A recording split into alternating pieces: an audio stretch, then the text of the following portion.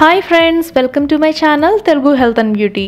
ఈరోజు వీడియోలో మనం హెల్త్కి ఎంతో మంచిదైన పన్నీర్ను ఎలా తయారు చేసుకోవాలో తెలుసుకుందాం. అందుకోసం మనం ఒక బౌల్ తీసుకొని అందులో మిల్క్ని యాడ్ చేయాలి. నేను 1/2 లీటర్ మిల్క్ని తీసుకున్నాను.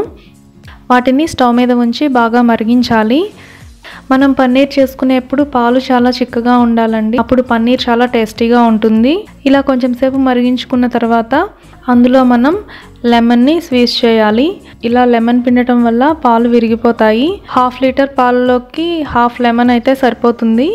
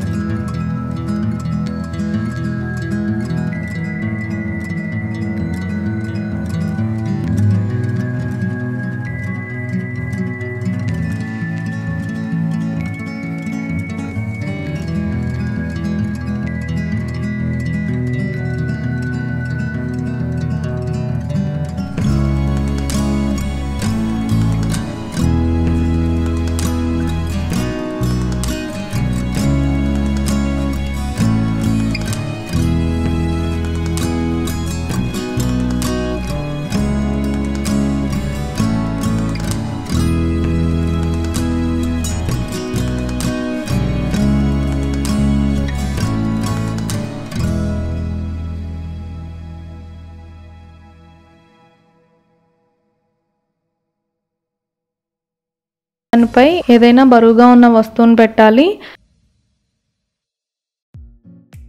సో నేను ఇప్పుడే రైస్ బాయిల్ చేశాను. కుక్కర్ చాలా వెయిట్గా ఉంది కాబట్టి దీనిపైన నేను కుక్కర్ వెయిట్ని పెట్టాను. సో ఇలాగా ఒక 1/2 అవర్ ఇంతే ఉంచాలండి. ఓకే, 1/2 అవర్ అయిపోయింది. ఇప్పుడు పన్నీర్ ఎలా ఉందో చూద్దాం. చూసారు కదా, పన్నీర్ చక్కగా మంచి షేప్లో వచ్చేసింది.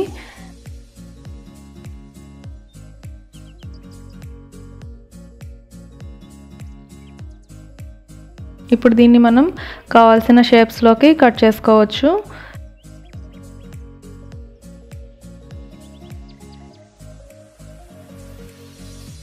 మ్యాక్సిమం పన్నీర్ అంటే క్యూబ్స్ షేప్లో ఉంటుంది.